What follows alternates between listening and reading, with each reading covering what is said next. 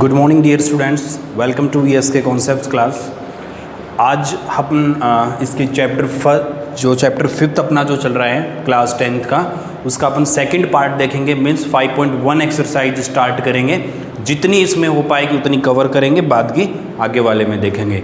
तो देखिए, let's start. Question number जो फर्स्ट है वो मैंने इससे रिलेटेड जितने भी क्वेश्चन आते हैं उसका थ्योरी पार्ट मैंने अपने फर्स्ट पार्ट में बता दिया था आपको। बस हम वो चीज़ अप्लाई करना सीखेंगे। फर्स्ट क्वेश्चन अपना है कि check list of numbers involve make an AP. हमें ये बताना है कि हमें फर्स्ट के 4-5 पार्ट दिए हुए हैं, हमें उन सिचुएशंस को समझनी है और ये बताना है कि ये एक एपी बनेगी या नहीं बनेगी, ये एक एपी का पार्ट आपका होगा या नहीं होगा। सिचुएशन को समझेंगे, फिर करके देखेंगे कैसे होता है। फर्स्ट क्वेश्चन है the taxi fare after each kilometre when the fare is 15 rupees for the first kilometre and ₹8 for each additional kilometre.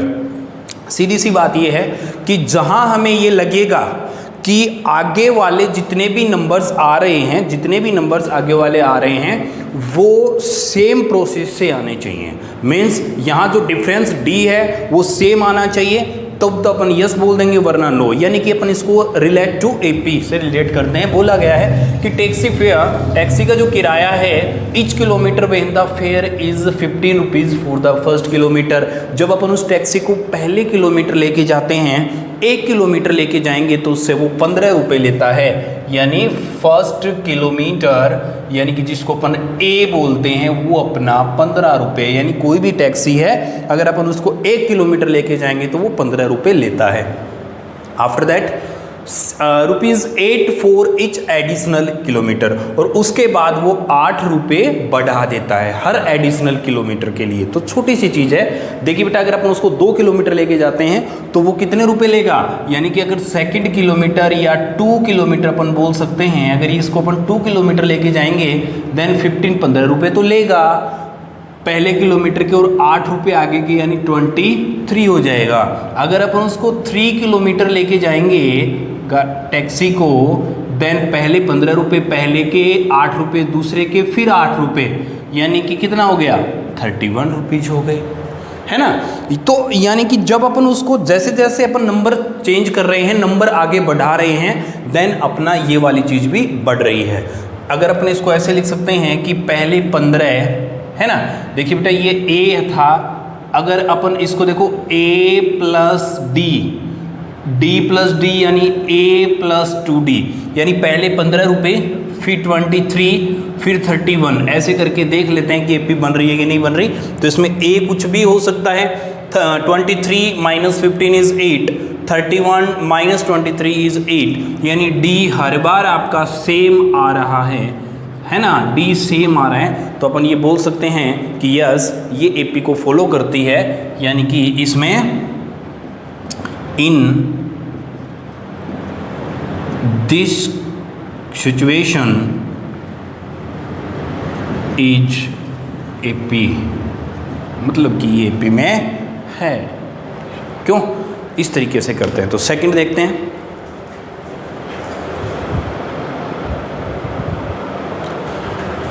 Second part है बेटा, the amount of air present in a cylinder when A vacuum pump remove 1/4 of the air remaining in cylinder eight A time. बढ़िया question है। बोल रहा है कि एक vacuum pump है। वैक्यूम पंप होता है बेटा हवा निकालने वाला। जैसे अपने ये गाड़ी वगैरह वॉश करवाते हैं ना, तो वहाँ आपने देखा होगा मिट्टी वगैरह को, जैसे गाड़ी के अंदर की जो मिट्टी उठाने के लिए वैक्यूम पंप काम में लिया जाता है ना, वापस हवा खींचता है वो। तो यानी कि वो क्या करता है, वैक्यूम पंप है, remove 1/4 of the air remaining cylinder eight A time. एक बार में जितनी गैस है, जितनी हवा है, जितनी एयर है, उसका 1/4 वो उठा के बाहर फेंक देता है हर बार का मतलब, जैसे मान लो हमने पहले हवा ली कुछ, है ना। अरे मतलब हवा लेने का मतलब कहीं है तो ये तो एक जगह रहनी है ना भाई, एयर तो मिलेगी हर जगह। हम क्या करते हैं कि फॉर एग्जांपल एक सिलेंडर लेते हैं, ठीक है ना, मतलब सिलेंडर लेंगे, amount of air present in a cylinder when A vacuum pump. हम क्या करेंगे, मान लेते हैं उसको अच्छे से समझने के लिए कि फर्स्ट टाइम में उसका जो है उसमें 100 सेंटीमीटर क्यूब एयर है। देखिए वॉल्यूम को है ना सेंटीमीटर क्यूब से लिखा जाता है।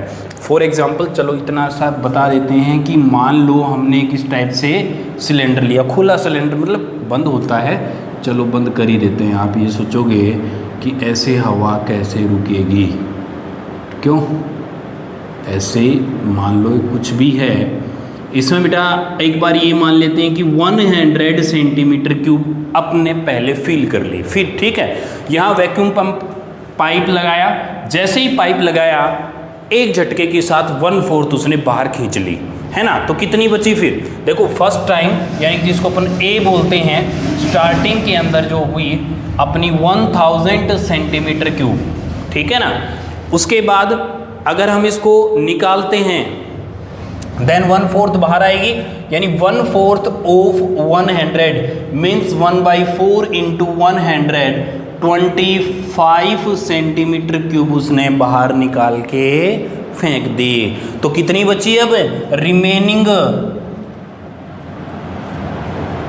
Air in cylinder is equals to 100 minus 25 से 75 सेंटीमीटर क्यूब अब अपने पास रह गई। समझ गए ना, अरे समझ रहे हो ना चीज़ों को, हार्ड नहीं है, सिंपल है। आप कितना भी मान लो हर बार 1/4 उसका बाहर निकल जाएगा, समझ रहे हो। अगर ऐसे अगर 100 नहीं करनी चाहो तो सिंपल आप कुछ भी कर सकते हो, है ना। तो ये इतना 75 सेंटीमीटर क्यूब अपना आ गया। फिर हमने क्या किया, अब सिलेंडर में कितनी है, 100 नहीं है, 75 है, और 75 में फिर से एक बार पंप लगाया, खींचा, फिर इसका 1/4 फिर बाहर चला गया। तो अब फिर कितना हुआ, 1/4 ऑफ सेकेंड। दूसरी बार जब हमने लगाया, ये फर्स्ट टाइम का था, जब हमने दूसरी बार इसको लगाया देन 75 इंटू 1/4 फिर बाहर चली गई, है ना। 1/4 बाहर गई तो ये कितना बचा, 4 1 जा 4, 4 8 जा 32, ये अपने पास लगभग आ गई 4 8 जा 32.3, मतलब 18 पॉइंट इसके अंदर आ जाती है 7 जा और ये 5, है ना, 18.75 इसमें आ जाती है, ठीक है। तो इसमें ये अपने पास निकल चुकी है ना, इतनी निकल गई। अब रिमेनिंग कितनी बची, फिर remaining air is equals to थी कितनी, अब 75 माइनस 18.75 निकली, देन 75.00 18.75 अपने निकाल दी, कितनी बची बेटा, 10 minus 5 is 5, 9 minus 7 is 2, 14 minus 8 is 6, 6 minus 5 is 56.25, है ना। यानी ये अपने पास रह चुकी है। तो कहने का मतलब बस कहानी समझ में आ जाएगी आपके, यानी कि क्या है कि पहले कितनी थी, 100 थी, दूसरी बार वैक्यूम पंप लगाया तो बची 75, थर्ड बार मतलब ये लगाया, सेकंड टाइम लगाया, यानी फर्स्ट स्टार्टिंग में ये थी, फिर हमने वैक्यूम पंप लगाया, ये बची, उसके बाद दोबारा लगाया, फिर ये बची 56.25, और आगे भी ऐसे ही इसका 1/4 निकालेंगे, फिर माइनस करते जाएंगे। बट कहानी इतनी से समझ में आ जाएगी, तो अपन ज़्यादा नहीं खींच के।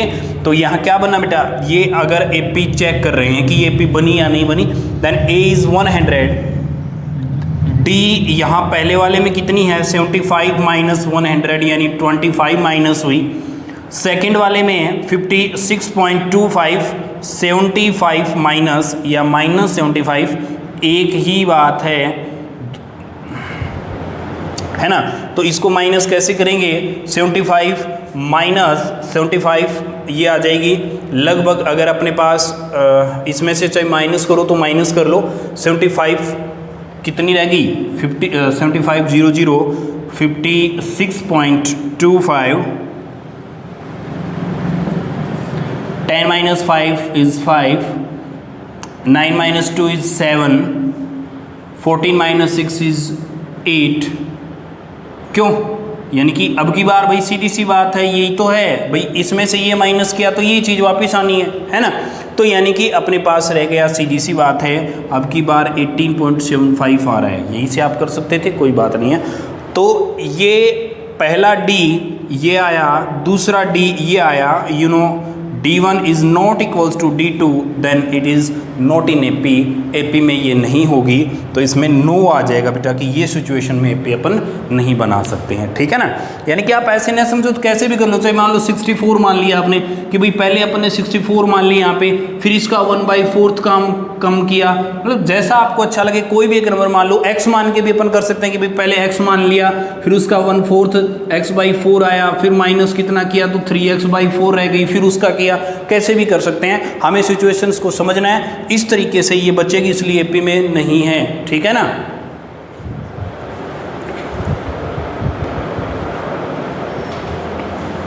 नेक्स्ट है जो थर्ड पार्ट है, cost of digging a well after every metre of digging when is cost of 150 rupees for first metre and rise by 50 rupees for each subsequent metre.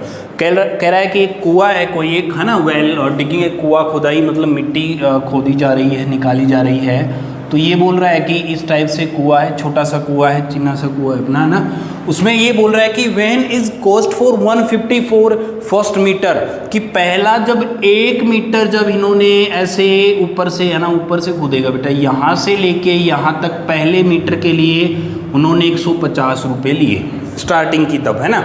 उसके बाद बोल रहा है कि and rise by 50 rupees for subsequent metre, यानी subsequent होता है बचा हुआ, फिर जितना आगे करते जाएंगे 50 रुपये पर मीटर के लगेंगे, यानी फिर ये 50, इतने के 50, इतने के, जैसे जैसे बढ़ते जाएंगे 50-50 बढ़ता जाएगा। सीधी सी बात ये है कि पहले 150 रुपये लेगा, 2 मीटर अगर करेगा तो इसमें 50 ऐड हो जाएगा, 200 लेगा, फिर 250 लेगा पहले मीटर के लिए, 2 मीटर के लिए, 3 मीटर के लिए, 4 मीटर के लिए। ऐसे सीधी बात है, आपकी चीज़ समझ में आ गई होगी। और ये KP में है because A is 150, D her time D जो होगा वो 200 माइनस 150 इज़ 50, 250 D2, D1 इसको नाम दे देते हैं, D2 इज़ ये 200 गया, 50 D1, D2, D3, D4 सब सेम आएंगे, क्योंकि ऐड और सब्ट्रैक्ट का रोल आ रहा है। आप चीज़ों को बस इतना समझो कि जहां ऐड और सब्ट्रैक्ट हो रहा है ना वो यस, और जहां मल्टीप्लाई और डिवाइड हो रहा है तो नो। सीधी सी बात यही है, ठीक है। नेक्स्ट देखते हैं,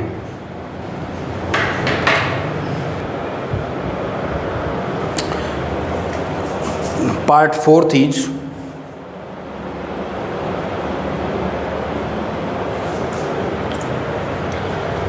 amount of money in the account every year when 10,000 is deposit of compound interest at 8% per annum। बोल रहा है कि कोई अकाउंट है उसमें 10,000 रुपीज़ हैं अभी और 8% हर साल वो बढ़ रहे हैं, तो आपको बताना है कि ये AP में है या नहीं है ना। बिल्कुल सिंपल है। सबसे पहले अगर अपन बात करें इसकी, तो बेटा इसमें जो पहला जो अमाउंट है अभी जो करंट में जो पैसा है वो है 10,000, जिसको अपन A मान लेते हैं, यानी फर्स्ट टर्म हो गई 10,000। फिर क्या बोल रहा है कि हर साल 8% इंटरेस्ट बढ़ रहा है, किसका? 10,000 का।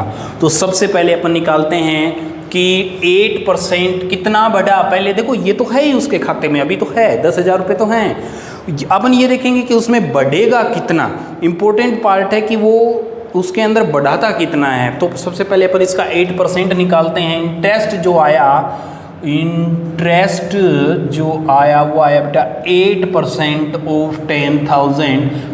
कहने की बात ये है कि मल्टीप्लाई कर देंगे, 2 0 से 2 0 उड़ जाएंगी, 800 रुपये वो इंटरेस्ट बढ़ जाएंगे। बड़ा ही मज़ा आ जाएगा, है ना। 8% पहले उसके खाते में 10,000 थे और 800 और अपने इंक्रीज हो गए, देन 10,800 रुपीज़ उसके खाते में आ चुके हैं 1 साल के बाद में, है कि नहीं है। अगले ने चेक किया, इतने रुपए मिले, है ना, जादू हो गया उसके बाद में क्या है बेटा कि नेक्स्ट ईयर की अगर बात करें देन एक बार फिर से 8% फिर बढ़ा हुआ मिलेगा। तो क्या ये सेम बढ़ेगा? सेम बढ़ेगा क्या? कंपाउंड इंटरेस्ट में सेम नहीं बढ़ता, सिंपल इंटरेस्ट में सेम बढ़ता है। कंपाउंड का मतलब ये है कि अब बैंक क्या करेगा, उसको 10,000 रुपये के हिसाब से नहीं बढ़ाएगा, उसको 10,800 का 8% निकालना पड़ेगा। देन फर्स्ट ईयर, एक बार आफ्टर फर्स्ट ईयर उसके खाते में इतना होगा। सेकेंड ईयर इंटरेस्ट लगाया, देन 8% ऑफ इंपॉर्टेंट है 10,800, 10,800 रुपये पे ब्याज लगेगा, है कि नहीं है। तो 8/100 मल्टीप्लाई बाई 10,800, फिर से उड़ा दी 0 से 0, 8 × 108, 8 8 जा 64, 864 रुपीज उसके बढ़ जाएंगे। यानी कि अब की बार 864 रुपये वो बढ़ा के देगा, 64 रुपये औरों से अलग से एक्स्ट्रा लगा के उसने दिए हैं, ठीक है ना। उसके बाद में अब फिर क्या बना अपना, सेकेंड ईयर में उसने देखा, जब वो बैंक में गया 1 साल बाद, खर्चा कम करता था, बीच में वो निकालता ही नहीं था, तो अब उसके पास कितने मिलेंगे, 10,800 प्लस 864 जादू हो गया, और उसको कितने मिले, 11,664 रुपीज़ उसके खाते में आ गए, है ना। तो बात ये है, अभी अपने को कुछ नहीं करना, कितना है उसके खाते में, कैसे क्या बढ़ रहा है, अपने पास 3 नंबर आ गए, अपन उन्हीं से ही चेक कर लेंगे। सबसे पहले शुरुआत की उसने 10,000 रुपये, जो कि अपना ए के नाम से जाना जाता है, फर्स्ट टर्म के नाम से जाना जाएगा। सेकंड टर्म अपनी 10,800 आई, एंड थर्ड टर्म इज 11,664 आई। D1 और D2 ऐसे आती जाएगी। अब वापिस से जब नेक्स्ट ईयर तीसरी साल वो जाएगा तो उसका 8% बढ़ेगा। इसका मतलब थर्ड नंबर पे जो 8% वाला, अब की बार इसका 11,664 का बढ़ेगा। तो देख लो इसका अप्रोक्स 8% जो आएगा ना, वो लगभग 933 के आसपास आएगा, है ना, 933। तो वो मतलब टोटल मिला के जो भी आएगा इसमें, जब आप ऐड करोगे तो लगभग मतलब 12,597, 98 कुछ ऐसा सा एक नंबर आएगा, यानी लगभग इसमें, ठीक है। तो यानी कि ये कोई मतलब नहीं, हमें इसी से काम चल जाएगा अपना। तो सबसे पहले जब हमने D1 निकाला, देन 10,800 माइनस 10,000, देन आंसर 800 आया। D2 जब हमने फाइंड किया, 11,664 माइनस 10,800 आया। तो ये कितना बढ़ा बेटा, ये बढ़ा अपना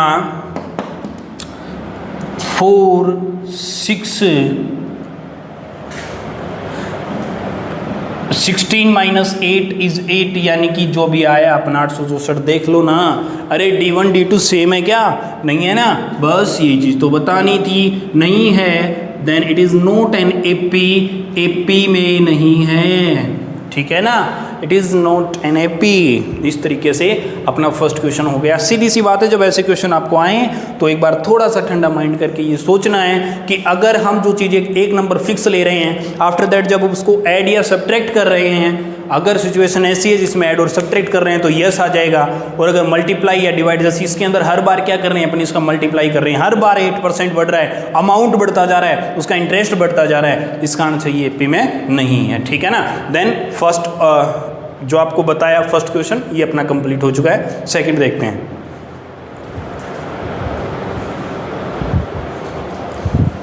देखिए क्वेश्चन नंबर सेकंड है, राइट फर्स्ट 4 टर्म्स। आपको क्या लिखनी है, पहली 4 टर्म लिखनी है सेकंड में। बिल्कुल सिंपल सा क्वेश्चन है बेटा।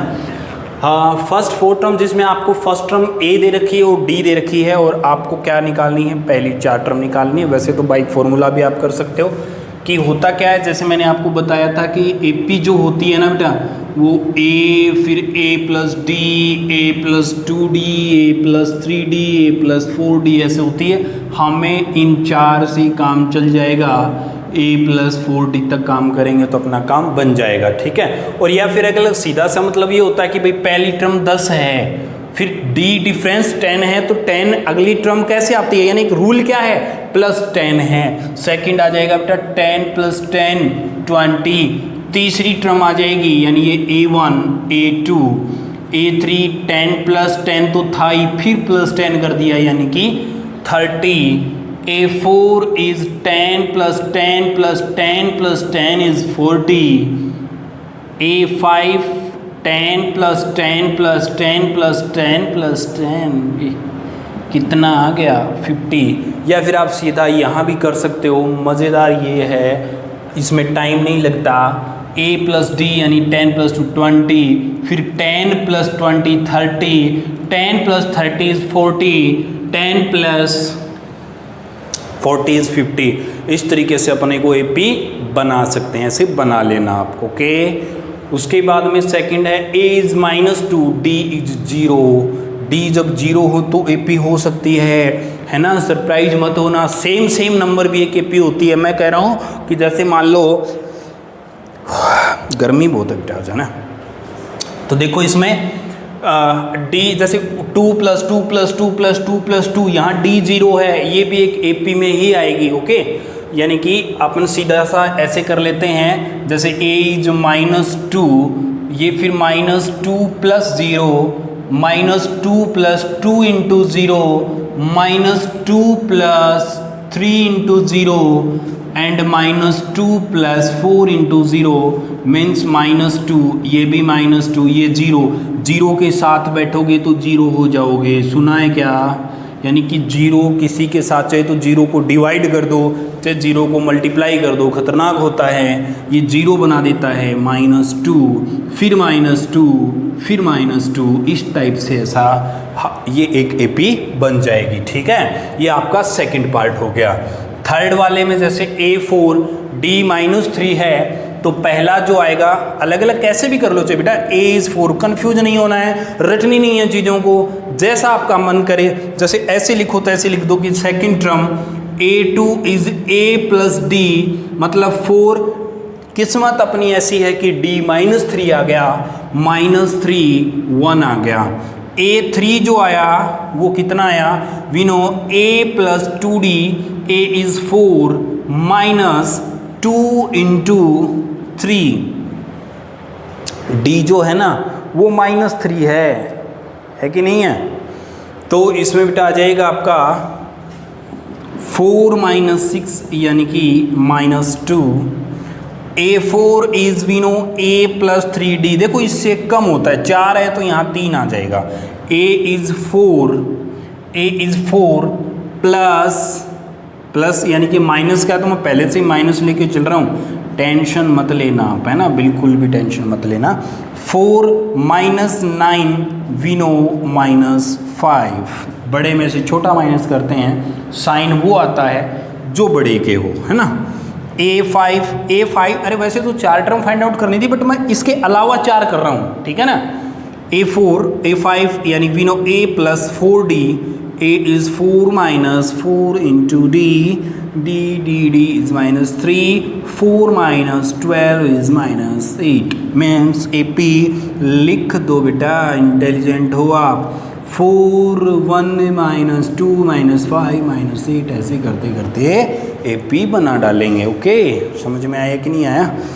नहीं आया तो आप दोबारा कभी पूछ लेना, कमेंट बॉक्स में पूछ लेना, कोई चीज़ समझ में नहीं आती है तो दिक्कत वाली बात तो है ही नहीं अपने पास। ठीक है, ये आ जाएगा जी आपका थर्ड पार्ट इसका।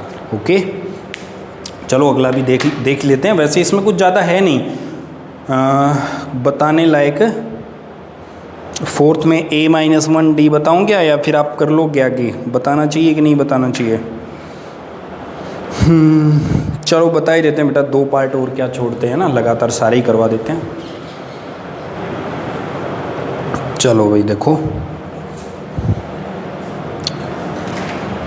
सेकंड है, इसमें फोर्थ है A is equals to -1, D is equals to 1/2। थोड़ा सा लेवल बढ़ा के दिया है, घबराना नहीं है एकदम, है ना।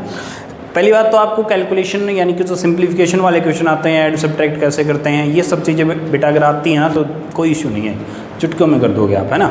तो देखो यहाँ A जो है A1 is equals to -1, A2 we know A plus D, यहाँ पे आपका A है -1, D है +1/2। मैं सीधा कर दूं क्या कि भाई एक है बड़ा, एक आधा छोटा होता है, एक में से आधा जाता है तो बेटा आधा ही बचता है ना, हाफ बचता है 1/2, और साइन आता है माइनस वाला। ओके, उसके बाद आप इसको एलसीएम लेकर वैसे भी कर सकते हैं, टाइम आपके पास होता ही है, पढ़ते तो हो नहीं आप, है ना। a प्लस 2d यानी कि a जो आया वो -1 प्लस 2 इंटू d आपका 1/2 हुआ, 1/2 हुआ। देन देखो बेटा -1 प्लस 2 से 2 गया और 0 बन गया, -1 प्लस 1 इज 0। आप सीधा ऐसे भी कर सकते थे कि भाई सीधी सी बात है, हम हाफ का डबल कर रहे हैं, हाफ का डबल तो 1 ही होता है ना, और -1 के साथ ये 0 हो जाता है, समझे। उसके बाद बेटा A3 मीन्स A4 है ना, A4 is A plus 3D, A is -1 plus 3 into D is 1/2 -1 plus 3/2। LCM ले लो अब की बार, जादू हो जाएगा वरना, है ना। 2 -2 प्लस 3, ये कितना आ गया बेटा 1/2, प्लस का 1/2 आ गया। वैसे आप सीधा यहाँ से भी कर सकते थे, 3/2 का मतलब 1.5 होता है, 1.5 होता है, 1.5 में से 1 जाता है तो हाफ बचता है, वही हाफ आ गया, समझ रहे हो ना। A5 जो आया वो बेटा A प्लस 4D हुआ, A is -1 plus 4 into D, 2 जा 4, बोल रहा है 1 आ जाएगा, प्लस का 1 बचेगा, ठीक है। यानी इस तरीके से अपनी AP आ चुकी है, ओके।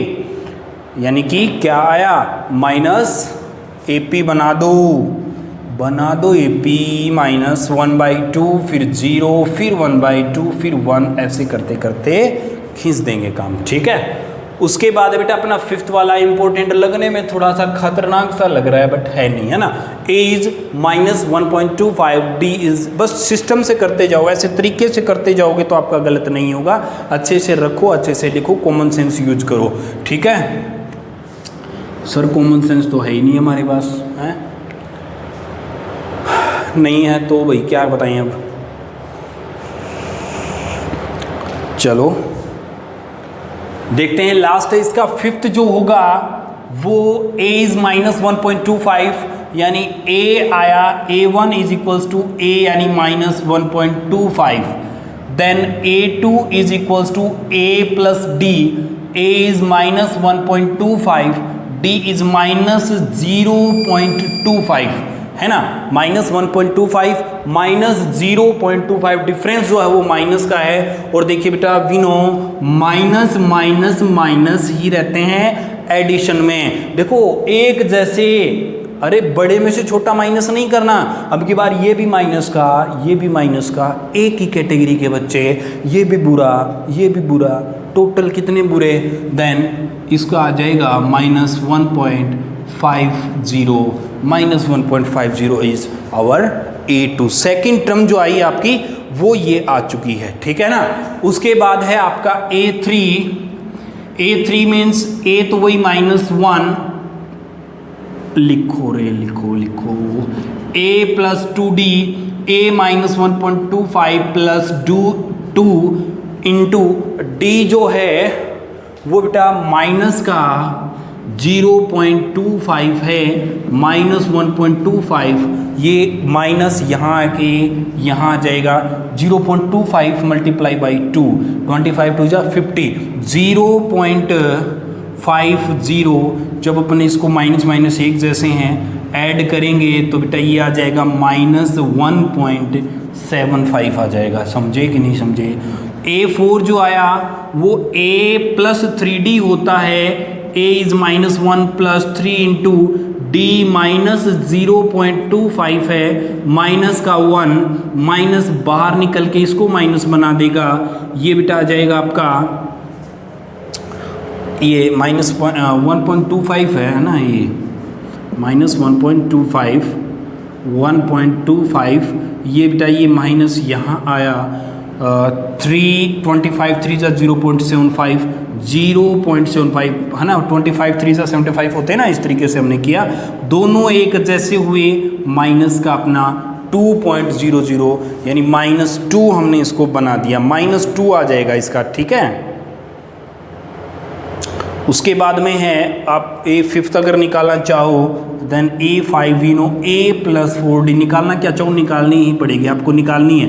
-1.25 + 4 इंटू डी आपका -0.25 है, -1.25 -25 4 जा पूरा एक है ना, -1.25 एंड -1 1 और 1 2 -2.25 आपका आ जाएगा। ठीक है, यानी कि देखो 25 हर बार कम हो रहा है। देन AP क्या बनी, AP लिख दो ना क्या बनी, -1.25 -1.50 -1.75 कोमा लगा के माइनस अब की बार 2 -2.25 आगे आप खुद लिख सकते हो। देखो 2525 हर बार बढ़ रहा है, 125 150 175 पूरा 200 गए, 2 जीरो गए, 225 250 यानी 2.50 -2.50 फिर -275।